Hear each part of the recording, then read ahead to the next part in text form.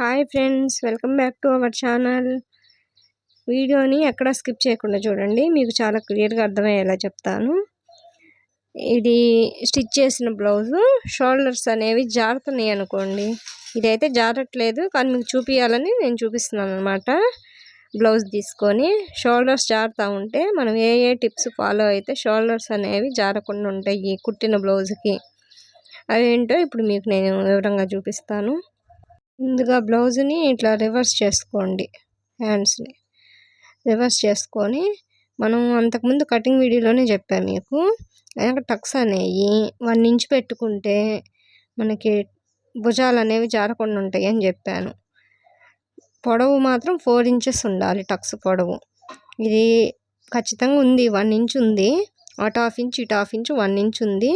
అయినా జాగ్రత్తని అన్నారనుకోండి కస్టమర్స్, ఒక 1/4 ఇంచ్ ఎక్స్ట్రా పెట్టుకోండి. మళ్ళీ ఒక 1/4 ఇంచు, 1/2 ఇంచ్ ఒక 1/4 ఇంచు అట్లా ఎక్స్ట్రా పెట్టేసుకొని పైన కుట్టు అనేది అట్లానే ఉండేయండి. పైన మీరేం ఎక్కువ ఏం పెట్టొద్దు.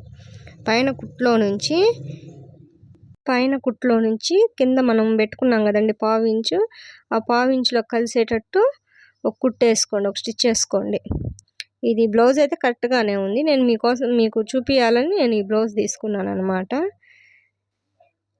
అట్లా స్టిచ్ చేసుకోండి. కిందేమో 1/4 ఇంచ్ ఎగస్ట్రా, 1/2 ఇంచ్ ఆల్రెడీ మనం కుట్టుకున్నాం కదా, ఇంకో 1/4 ఇంచ్ ఎగస్ట్రా ఆ కుట్లో కలిసేటట్టు పెట్టుకోండి. ఇట్లా మార్క్ చేసుకొని అట్లా కుట్టేసుకోండి.